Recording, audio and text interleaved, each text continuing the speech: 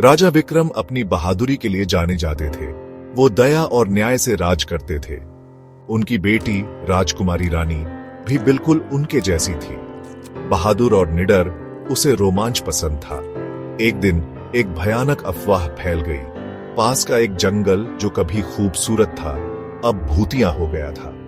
गांव वालों ने अजीब जीवों और डरावनी आवाजों के बारे में बताया। सबके दिलों में डर बैठ गया। हालांकि राजा विक्रम घबराए नहीं। उन्होंने खुद खतरे का सामना करने का फैसला किया। अपने पिता की आंखों में दृढ़ संकल्प देखकर राजकुमारी रानी ने उनके साथ जाने की जिद की। अगली सुबह तलवारों और साहस से लैस होकर वे निकल पड़े। जंगल ने उनका स्वागत एक अजीब सी खामोशी से किया। सूरज की रोशनी पत्तों की घनी छतरी में से मुश्किल से घुस पा रही थी। हवा में एक अजीब मीठी सी गंध थी। जैसे जैसे वे आगे बढ़ते गए, रास्ता और भी अंधेरा और खतरनाक होता गया। कांटेदार झाड़ियों ने उनके कपड़े फाड़ दिए। केवल पत्तों की सरसराहट और अनदेखे कीड़ों की चहचहाहट से ही सन्नाटा टूट रहा था। अचानक रानी ने एक फुसफुसाहट सुनी, वापस जाओ, खतरा। ऐसा लग रहा था जैसे कोई कह रहा हो। उसने चारों ओर देखा, पर कुछ नहीं दिखा। राजा ने भी इसे सुना था। उन्होंने आश्वस्त करते हुए उसका हाथ दबाया। वे अपनी इंद्रियों को चौकन्ना रखते हुए आगे बढ़ते रहे। उनके चारों ओर अजीब परछाइयां नाच रही थीं, उनकी आंखों से खेल रही थीं। मीठी गंध और तेज हो गई, जिससे उन्हें चक्कर आने लगा। वे जानते थे कि वे किसी चीज के करीब हैं। तभी उन्होंने उन्हें देखा। दो चमकती आंखें अंधेरे में अंगारों की तरह एक पेड़ के पीछे से उन्हें घूर रही थीं। रानी ने हांफते हुए कहा। आंखें झपकी और एक धीमी गड़गड़ाहट ने उनकी रीढ़ में कंपकंपी भेज दी। राजा विक्रम ने रानी को अपने पीछे धकेल दिया। उनकी तलवार उठी हुई थी। वे आगे बढ़े। उनकी आवाज गूंज रही थी, खुद को दिखाओ। गुर्राहट तेज होती गई, करीब आती गई।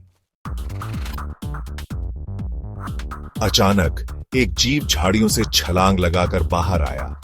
ये ऐसा था जैसा उन्होंने पहले कभी नहीं देखा था। उलझे हुए फर से ढका हुआ, नुकीले पंजों और दांतों वाला यह उन पर झपटा।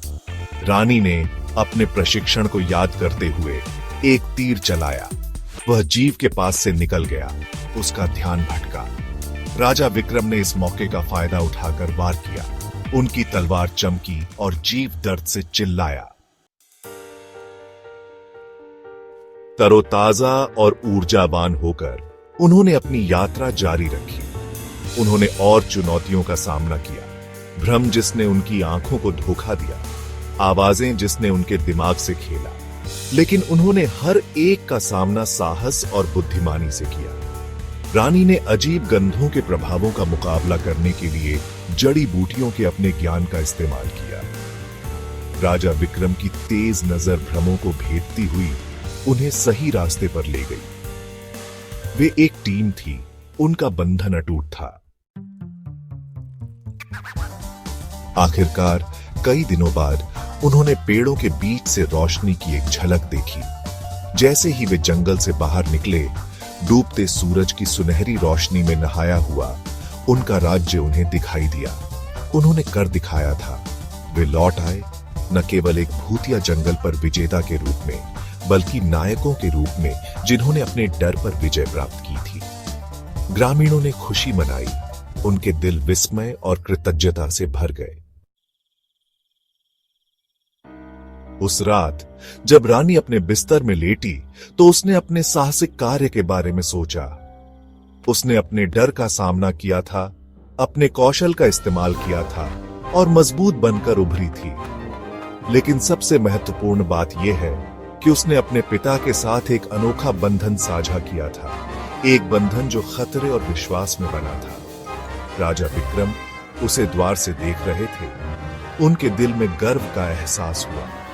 उनकी बेटी सिर्फ एक राजकुमारी नहीं, बल्कि एक सच्ची योद्धा थी जो अपने ताज के लायक थी। और वह उसकी नजर में सिर्फ एक राजा नहीं, बल्कि एक पिता था जो हमेशा उसके लिए रहेगा।